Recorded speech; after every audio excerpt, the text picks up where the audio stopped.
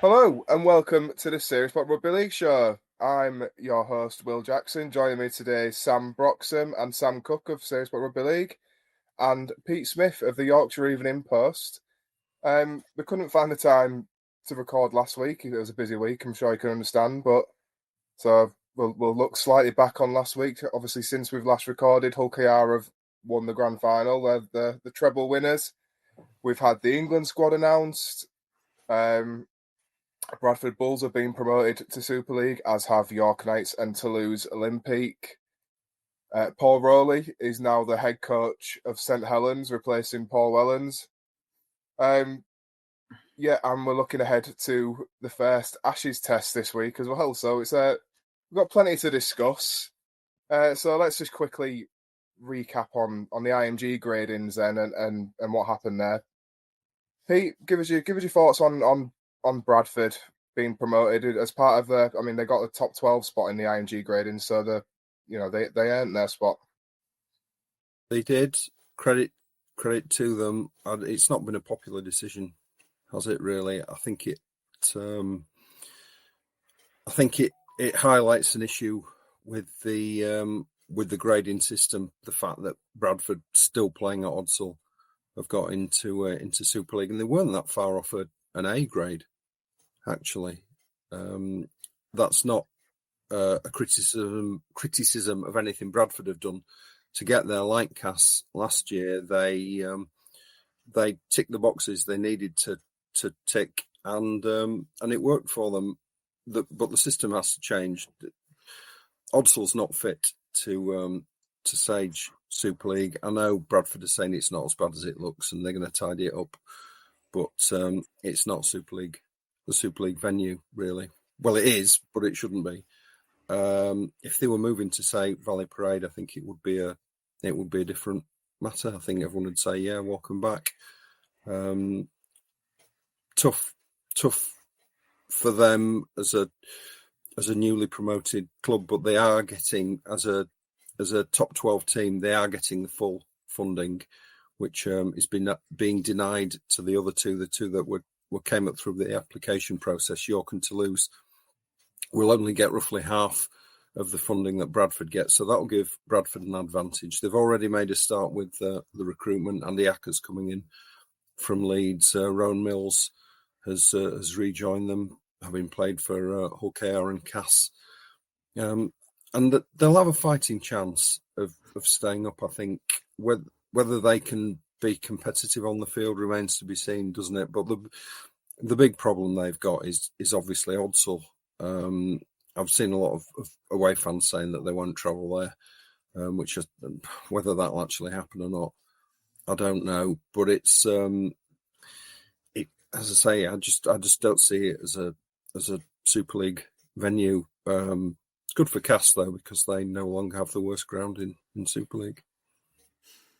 Let's as members of the press, Castleford isn't the nicest place to go in terms of a press box. In terms of the stadium, then Sam Cook. Look, I mean, Bradford probably are the biggest, or probably have been the biggest club outside Super League as an entity. But the stadium, the way it looks, even on TV with a stock car racing track around it, it's not. Is it a good look for Super League? I'm not sure. I think Sky Sports might have to get a bit creative with how they present it as such. I know that the stock car, they've got a long-term lease there, so that you can't just say, all right, we'll get rid of that now. So that solution can't be done. I know that Jason Hurst said that they're going to they're looking into, I think, a number of different solutions to sort of tidy up the corners, because I think that's where the real issue is. I mean, you look at those corners, and for the way wingers finish these days, where we're like flying acrobatics, you're going to end up off the grass and into the sand, and it's not. It doesn't look that great. But then again, we just had a grand final at Old Trafford where the in goal is what the in goal is. So it's not. They're not the only ground that have got issues. But I think Sky may have to. I think they're probably going to try and sell it on the it's nostalgia, it's Bullmania, etc. But you can tell us all that all you want, but when you see half empty crowds, it's not going to it's not going to sell properly, is it? So I think I won't say it's a what is the solution? What's the solution? I don't think it's big investment, isn't it? But then even with the investment, like they say, the stock car lease is still there, so you can't just remove that. I mean, a paint job only goes so far as well. Like, I don't know what the solution is, but I think you kind of have to just embrace the world. You kind of just have to lean into the on-field product, and hopefully, if they're investing in the squad as they say they are going to be, and they've got the full cap, then the product will be good enough that we can kind of ignore the visuals. But I think it's going to be. I mean, we've only got 4 months, 3 months. It's not to get that up to scratch is. Well, it's impossible, but to get it as close to passable as they can, I think there's going to be a lot of work done, and I'm not sure it still won't be enough, really. Yeah, Sam B. I mean, in terms of their on-field product, then look, they've got as Pete mentioned, a full share of central funding. They've already started the recruitment. Are Bradford here to stay in Super League then? I think they'll certainly hope so. I mean, the signing of Andy Ackers is a very good one if he can get back to his best. Obviously, he was an England international in 2022. As Pete mentioned, Milnes is going back there as well. Jason Hurst, I think he said about 8 or 9 new signings are coming in. And especially with this new funding, it's only going to help them, retain these bigger players that they're going to get now. And yeah, I think of the three, I think they might have the best chance at the minute. Yeah, York and Toulouse, the other two then. Is that the right call? Is everyone unanimous with that? Yeah, definitely. Well, after all the fuss over gradings and the application process, the bottom team in Super League has gone down and the top 3 in the Championship have come up. So, I mean, it's hard to argue on that score, isn't it? I've got some connections with York, and I'm fascinated to see how they do. It potentially could be a real hit. That I think I worry it may become a little bit too early for them, but they've been building steadily for the best part of 8 or 9 years. They were top of the Championship last year. I think they won 20 straight games before losing to Toulouse in the grand final. They've made some good additions. They've got a nice stadium. It's not big. I think the capacity is about 8,000. But if they can get 4,000, 5,000 in there every week, there'll be a good atmosphere. And York's a nice city to visit. People, I think, will look forward to a trip to York. It'd be interesting to see when they'll play their the home games. I hope they'll try to play as many as they can on a Sunday afternoon. I think that would be ideal for them. But their issue, like Toulouse, is the money. They've only got this £600,000 funding, which is less than their rivals, and they're not competing on a level playing field, unfortunately. Did speak to their owner, Clint, about this the other day, Clint Goodchild, and he said, well, it's actually a bonus because they weren't expecting to get any funding. So 600,000 is more than they expected. So they seem confident that they can make a go of it despite that handicap. They do have some investors who are backing them quite heavily. They've got a very good coach in Mark Applegarth, who's proved that he can get the best out of his players. They've got a decent mix of experience and youth. And I mean, I'd be very, very surprised if they finished in the top half of the table next season. But I think they're certainly capable of avoiding the wooden spoon, which realistically will probably be their first objective for their first season back in Super League. And their goal will just be to entertain, provide a good match day experience, and try and make sure they've got a team that are worth watching, so they can build up their home support. They're averaging just a shade under 3,000 this year. Obviously, it's going to have to be a lot better than that if they're going to sustain a Super League club. But I think that the foundations are there for them, and they'll have a lot of goodwill behind them as well, I think. Just quickly on York, you live in the city, what will having a top flight team in any sport do for sport in the city and that fan base? Well, it's the first time for roughly 40 years. I think they've had a top flight rugby league team. Obviously, York City are non-league at the moment. It is a rugby league city. People don't realise, but York is a rugby league city. Always has been. It's got strong working class roots with the railway workers here and the chocolate factories and that sort of thing. It's a pretty typical rugby league city. It's just been starved of success, but they do produce players. There's quite a number of York lads running around in Super League and the Championship at the moment. Ollie Pratt, the kid who's doing really well at Wakefield, is from a York club. In the past, they've all gone to academies at Leeds and Hull and Cass and Wakey. York don't have a youth system at the moment. They need to set that up so the local lads come through at their home city club. But there is a pool of support there. The problem is that because they've been starved of success for such a long time, people in York tend to go and watch other clubs. They watch Leeds or they watch Cass or they watch Hull or Hull KR. Getting them to come and watch York is going to be the key, I think, for the Knights. But having said that, you used to walk around York and you'd see a lot of Rhinos jerseys and a lot of Cass jerseys and a lot of Hull jerseys, and you still do. But now you see Knights jerseys as well, and they are beginning to make an impression on the city, and they're doing good. They're doing good things. They're involved in the community. They're a professional setup. They're a better run club than certain Super League clubs, which I won't name. But they've got some expertise behind them and some know-how, and I think they'll have a go of it. And as you said, well, it's a city that has been starved of top flight sport for a very long time, and there's an appetite for it. If they're successful, I think they could do well. But obviously, being successful is not easy when you're up against teams that have more money and more resources. Yeah, Sam, London Broncos obviously came pretty close to getting that nod as well. Obviously, after the takeover, there's a lot of excitement around London Broncos. They've got a couple of NRL signings made already. Is it just a case for the Broncos of waiting 12 months and reassessing where they're at?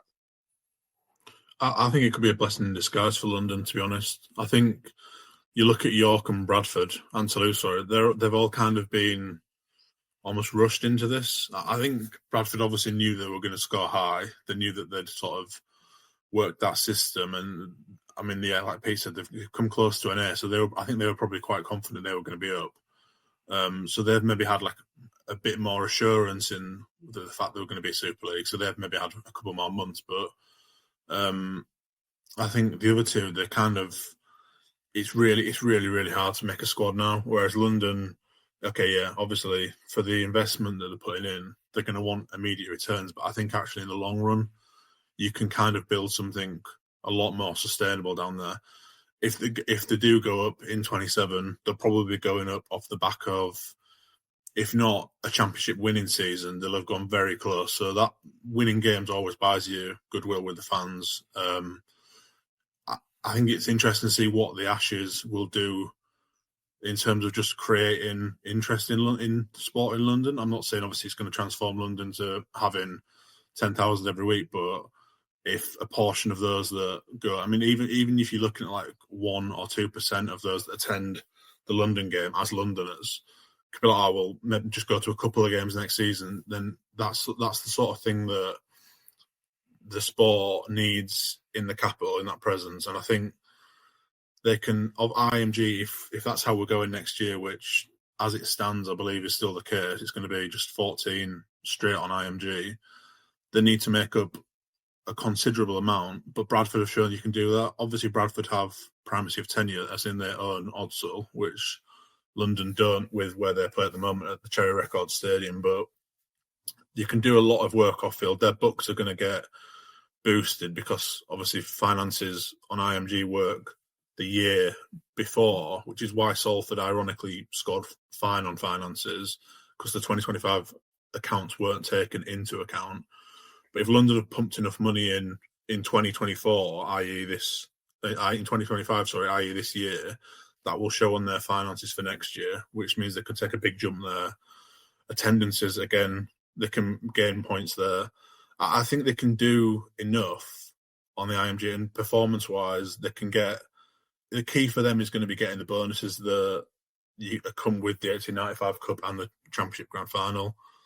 That's over a third of a point there that's just sitting free. And I think they've really got to target that. And it could end up being a system where we get almost just one down of who gained the points the year prior drops out because they'll lose them, and who gains the points that next year, potentially London, will go up because they've gained them. So I wonder how it works stability-wise, but I do think it's probably good for London because they can just make it a completely professional operation. And I think with the players they're linked with, then it's quite exciting. Yeah, Sambi, Toulouse got those points that Sam was talking about this year in terms of they won the Championship Grand Final.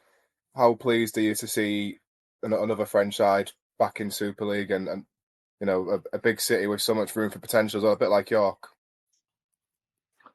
Yeah, I mean, it's great for the fans. It's another, class away day in France, and I think it's just good to have a different team that's not on the M62. I mean, I know it's a fair bit away, it's in another country, but just expanding. And like you say, Toulouse is a great sporting city. They've obviously got the football, they've got the rugby union, which does compete with the league team, but they've got so much room to grow over there, and just having them in Super League is just another good step for the sport in growing the game.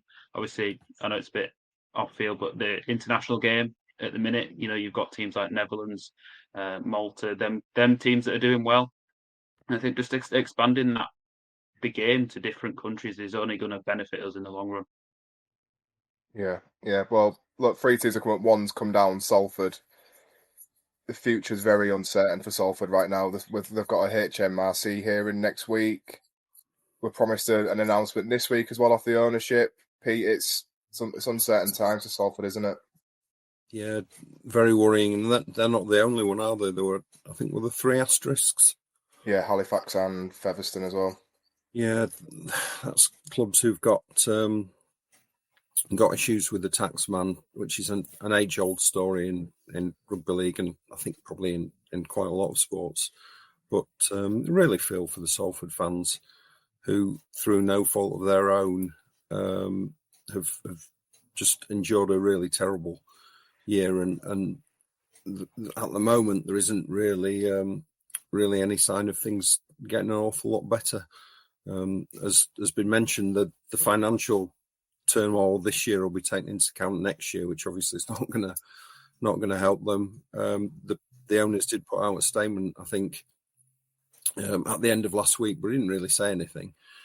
And all the quality players have left. The coach, Paul Rowley, has gone now, and credit to him for sticking with them throughout the season. But he's been a huge part of what Salford have done over the last few years, and he's gone. I think it's going to be a while before we see Salford back in Super League. I mean, I suppose in the very long term, the positive they've got is Bradford have come back from probably an even worse situation. They actually technically went out of business, didn't they? And then miraculously re-emerged with the same name and same stadium and same players and same kit and everything.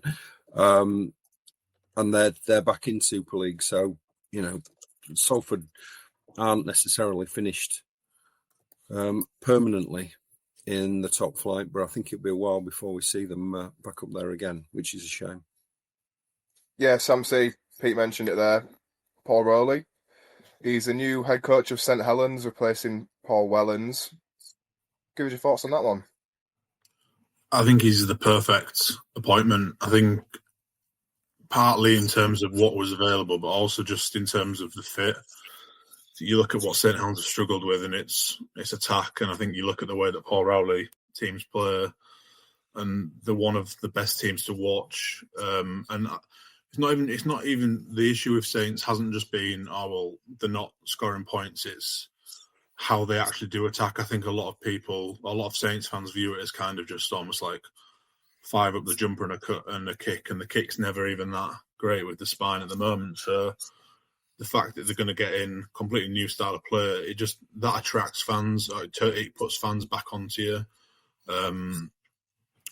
He may well bring a couple of those Salford players on board. They've already got Dion Cross and Sam Stone, and I think it's kind of because it's a completely new face. Like Paul Wellens obviously had associations with the club, and I think because it's a completely new face, you give him license to do whatever he wants. I think there's been talk already that is he going to make what George Whitby like the central focus? We all know Harry Robertson's best position, probably, or his natural position, isn't centre. He's played sort of in the halves and at fullback as well. So what they do there with him is interesting as well. And I think Paul Wellens couldn't really get away with putting Whitby and Robertson in the half because it looked bad. But I think Paul Rowley has like a complete new license to do what he wants almost. He can try that if he wants, which I think is really exciting. And then just in terms of what you've still got there as well, they're still one of the best defensive sides. So that won't change now that Paul Wellens has gone. So you blend that with the attack sense that Rowley's going to bring. I think it just spells for maybe not immediate success, but I think it does spell for success. And I think it'll be really interesting to see where they place next season. Yeah, Sambi, I mean, like what Sam said there in terms of Rowley likes to work with a young squad. There's a lot of promising young players at St Helens. You know, just mentioned a few, Harry Robertson, George Whitby, Owen Dagnall. In terms of the attacking struggles I've had this season, this is a really exciting time for St Helens fans, isn't it, in terms of what they can expect for 2026 and beyond?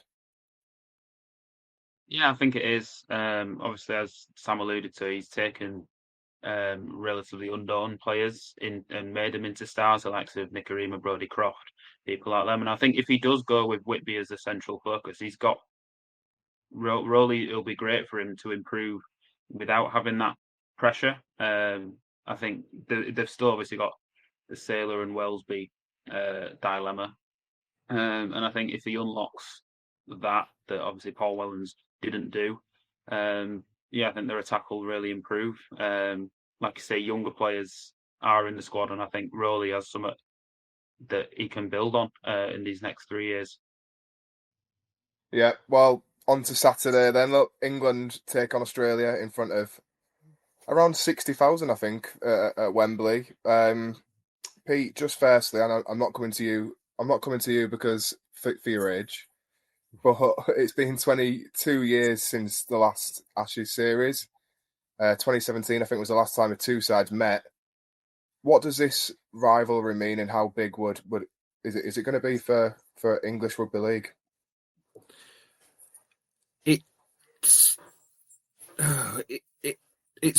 That's sort of a bit of a difficult question because there's a whole generation of fans like you guys who've basically grown up without this rivalry. But for us older heads, it's the big thing.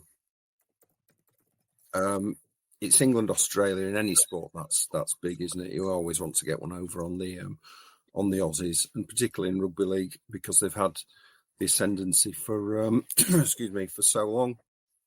I mean, do you guys know when the last time England / Great Britain won an Ashes series? 70s. Yeah, 70s, isn't it? I think somewhere. 1970.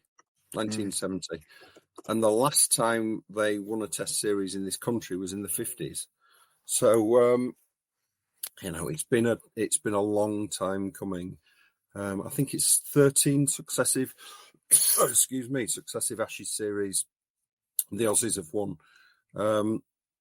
So if England could turn that around, it would be absolutely massive for the game here. I think certainly among rugby league people, and people like international sport, don't they? People that don't watch sport generally will watch international rivalry. People who aren't golf fans watch the Ryder Cup, for example, and I'm sure there'll be a lot of people who aren't necessarily rugby league fans who will be tuning into to the test matches this weekend, particularly the first test at Wembley. The most important thing for England is to put up a decent performance. We don't want to see them get battered, obviously. We need them to show that they can compete with the Aussies. Whether they're going to win or not, it's a big ask, isn't it, against a quality side like that? But they need to show that they can compete. Yeah, it's going to be on national free-to-air TV.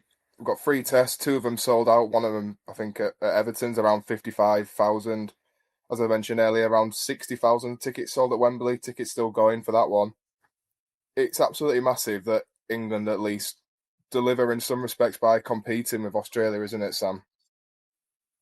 Yeah, I think if the first test's a complete blowout, then obviously the tickets have already been sold, but what's the incentive for people to tune in on TV? I think a competitive first test is necessary, and then just as a series overall as well, because you don't know when you're next going to get the opportunity. If this is a 3-0 whitewash and it's 3 comfortable wins, then Australia will just see more. They'll see more benefit in just sticking in the Pacific Championships probably. And it's been so long to get it, to then squander it would be such a shame. So I think it does need to be competitive, and I think it can be competitive as well. I think how games are refereed is going to be a big thing. I think there's talk that it's English referee, Australian referee, and then kind of a best of or whoever's performed the best for the third test. But we know that Super League and the NRL are refereed differently. We know that obviously, there's NRL aspects to the England team, but the bulk is Super League players, so they'll know if it's refereed potentially a bit slower, it's going to suit England. If it's fast, then I think Australia could really get away from England with it. So I think that's key. But I think also, I'm not saying that it should be refereed a certain way, but what it should be refereed is consistently. I think you can't have 3 games that look completely different because they're refereed completely differently. So that is just as a side note, that is important. But I think it's massive that England make a dent in the first test. I think if the first test's an easy win for Australia, then they'll know that. I think they're only going to get better having travelled across. So I think England have a big opportunity in the first test. Obviously, Headingley is going to be probably the biggest atmosphere in terms of home support, just because it's a bit more of a cauldron, really. But Wembley, when it's more probably neutral, split. There'll be a lot of Aussies there, but I think England have to really take it to Australia, and I think they can do. But I think England players have to be 9s and 10s and hope that Australia players turns up at sort of 7s really, and that's kind of out of England's hands as such. You've raised a good point there, actually, Sam. I think off the field can make a big difference at Wembley. Wembley's the big one. Wembley's is the best chance England have got to get one over the Aussies. Let's be honest about this. As Sam says, the Aussies are going to get better as the series goes on. If you win the first test, then England do have a chance. It's a big task, but they have a chance.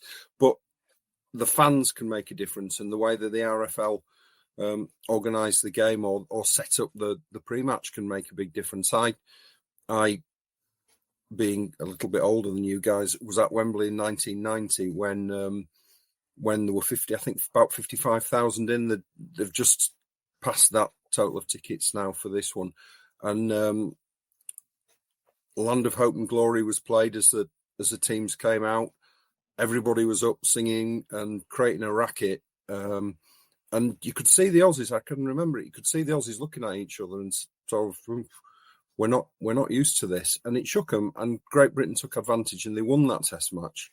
And I think that if everybody gets behind England, this week, it could have a similar effect. The RFL need to pump up the volume, get everybody waving flags and chanting, and create a hostile atmosphere. And it's us against them, isn't it? I think people off the field have a role to play, and I think we need to put to one side all the arguments about who's in the team and who Sean Wayne should have picked and who he hasn't picked and who he has picked.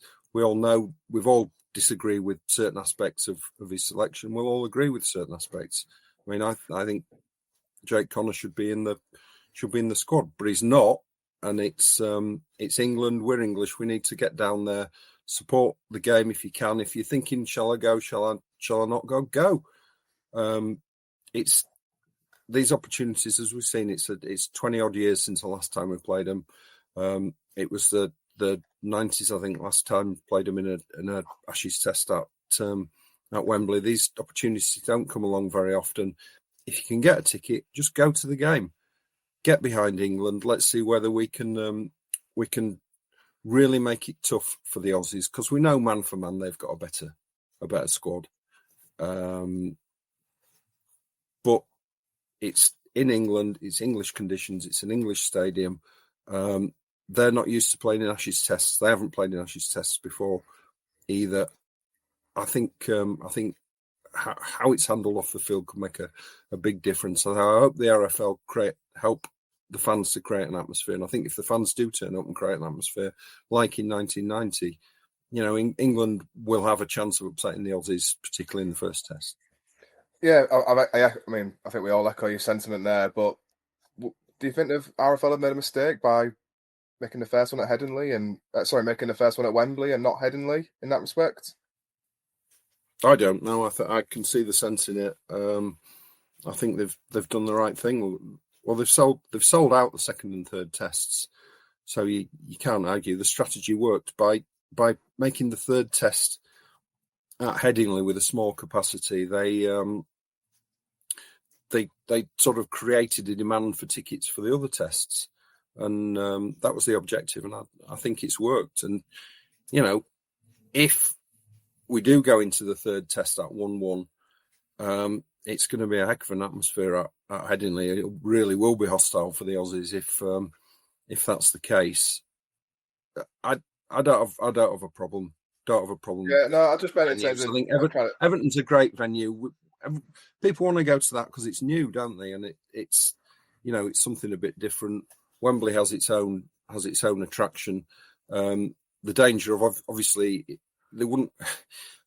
Wembley, you could maybe say, well, if it was 1-1, they'd sell it out for the third test. But what's going to happen if it's not 1-1? If the Aussies are 2-0 up, I think it'd be too much of a gamble. I think they've done it the right way around, and I hope it's going to be a big success off the field.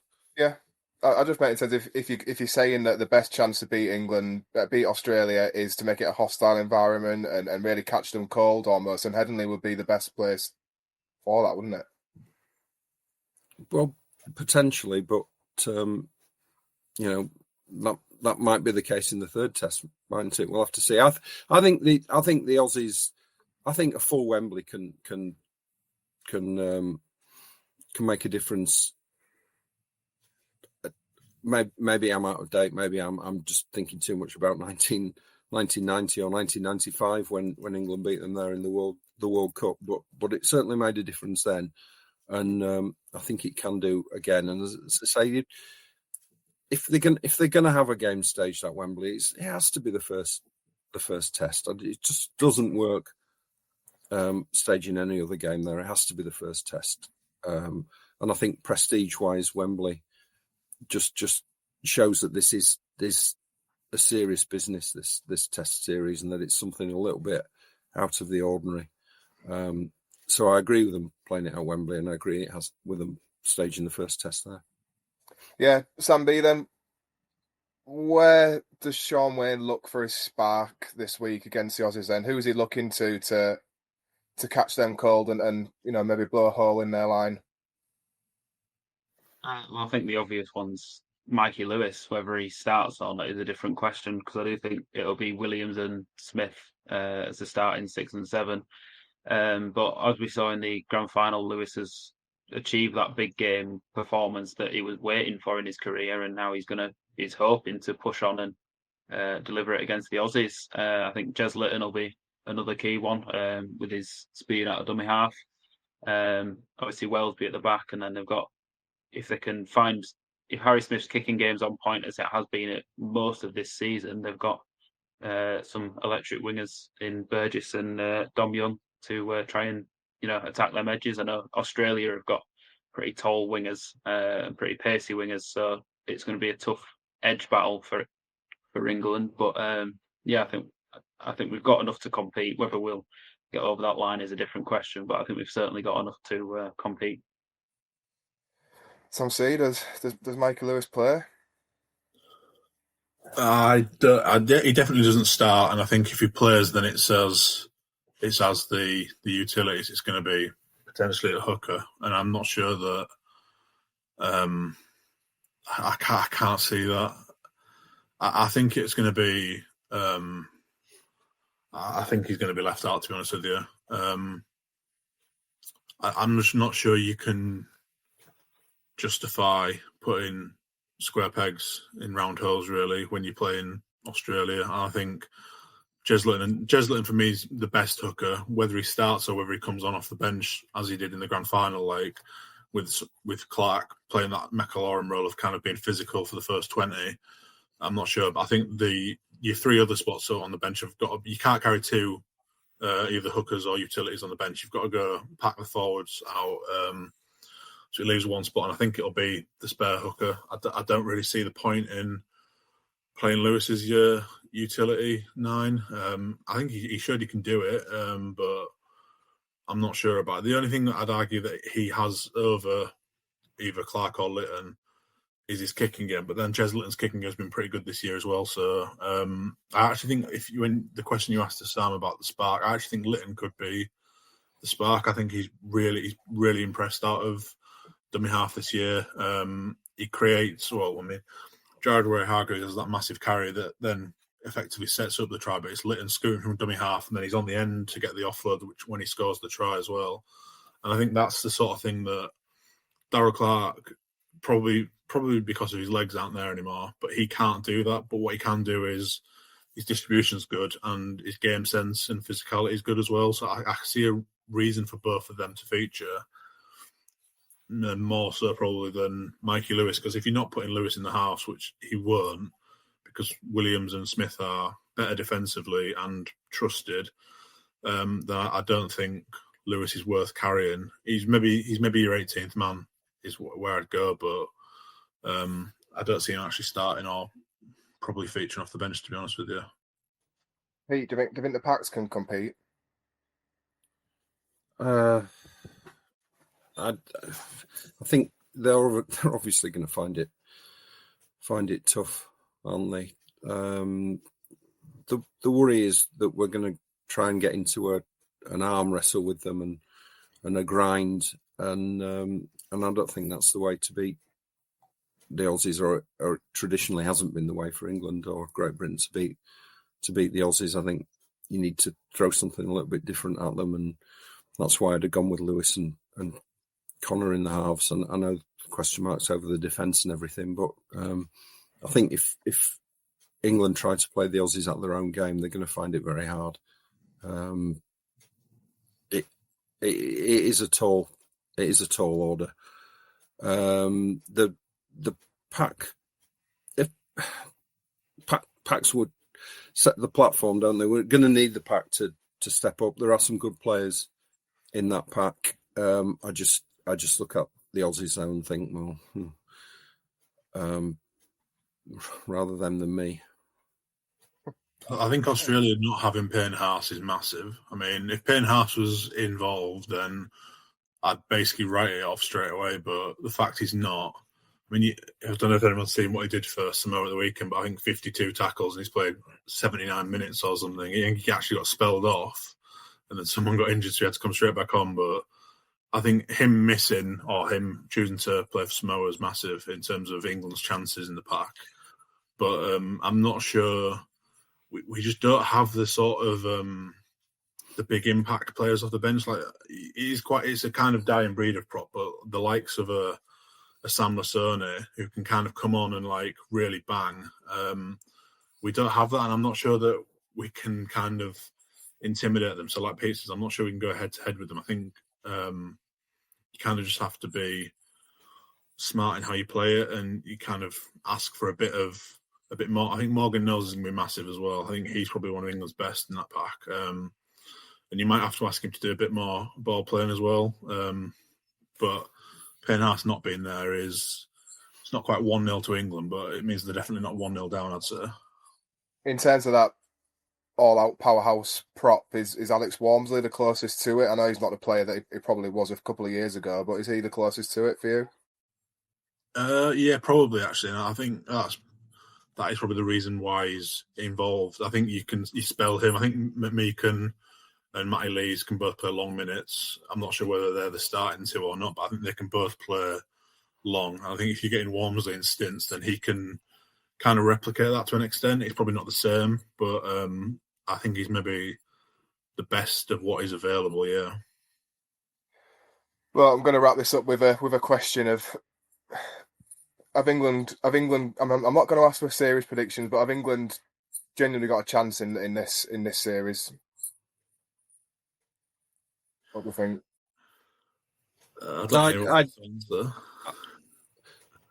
Based on several factors, including years and years and years of bitter experience, no. Brilliant. Let's go watch it. I tend to agree as well. I think they've got a chance at sneaking a test, but I don't think they've got a chance at sneaking the series.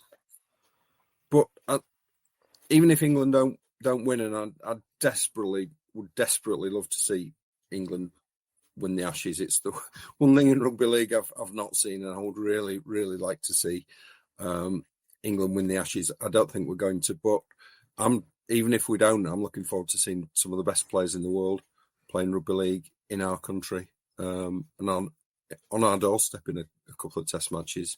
And I'd repeat what I said before, if you can get a ticket for Wembley, go. You won't regret it. Even if England get beat quite convincingly at Wembley, you're still going to be seeing some world-class players on show for the Aussies. And it's going to be a good occasion.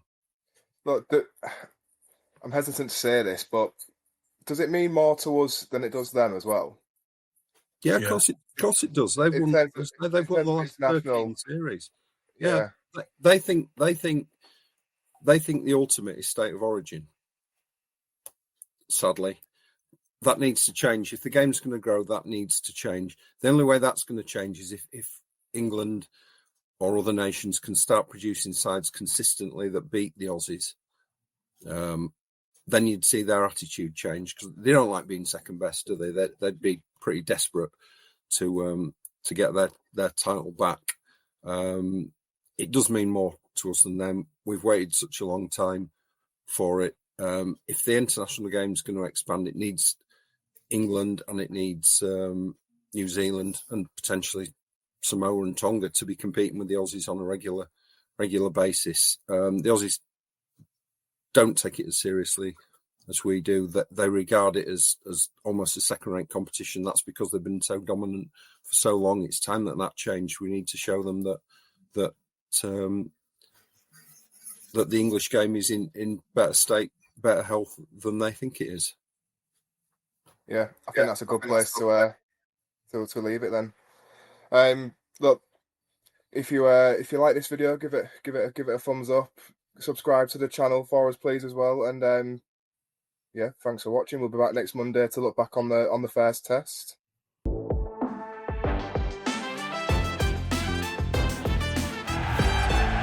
Thanks for joining us. Please like and share, and we'll see you next week.